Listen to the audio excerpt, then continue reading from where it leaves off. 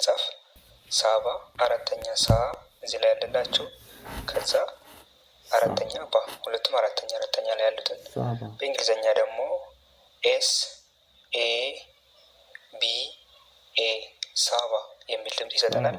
እነሱ እንደምታዩቸው እዚህ ላይ አለ አራተኛ ላይ እዚህ ላይም ደግሞ ባ የሚል አለ።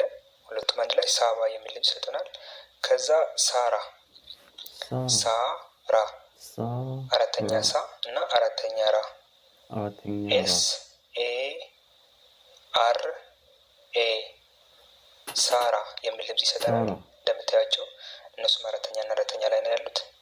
ከዛ ሶራ ሰባተኛ ሶ እና አራተኛ ራ ሶራ የሚል ድምጽ ይሰጡናል።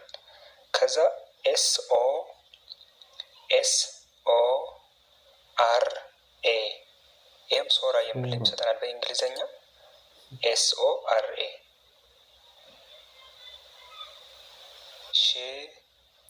ሮ ስድስተኛ ሺ እና ሰባተኛ ሮ ሽሮ የሚል ድምጽ ይሰጠናል። ኤስ ኤች አር ኦ ይሄ ደግሞ እንደምታዩት ሽሮ የሚል ይሰጠናል በእንግሊዘኛው ሲሆን ኤስ ኤች እዚህ ላይ አለ፣ አር ኦ እዚህ ላይ አለ።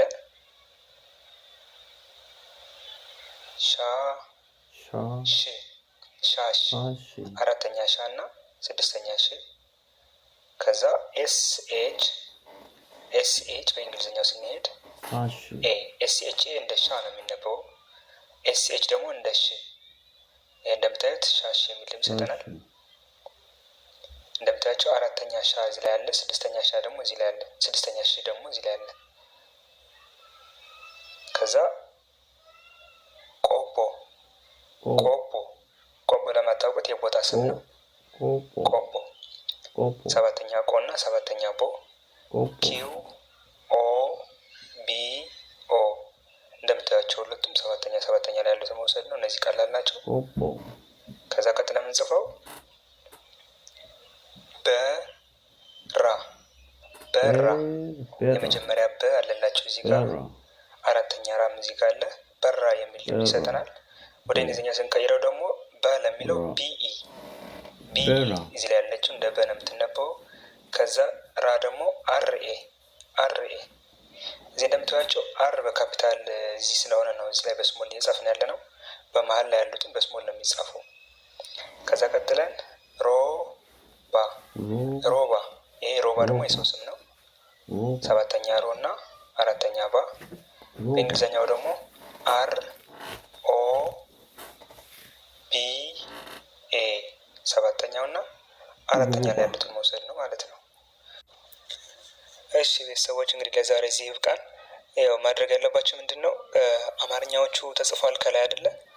እነሱ ከስር ያለው እንግሊዘኛ አጻጻፋቸው እነሱን መያዝ ነው። ያንዱን ከያዛችሁ የሌላው ተመሳሳይ ነው። አሁን ለምሳሌ ኤስ ነው የምንጠቀመው።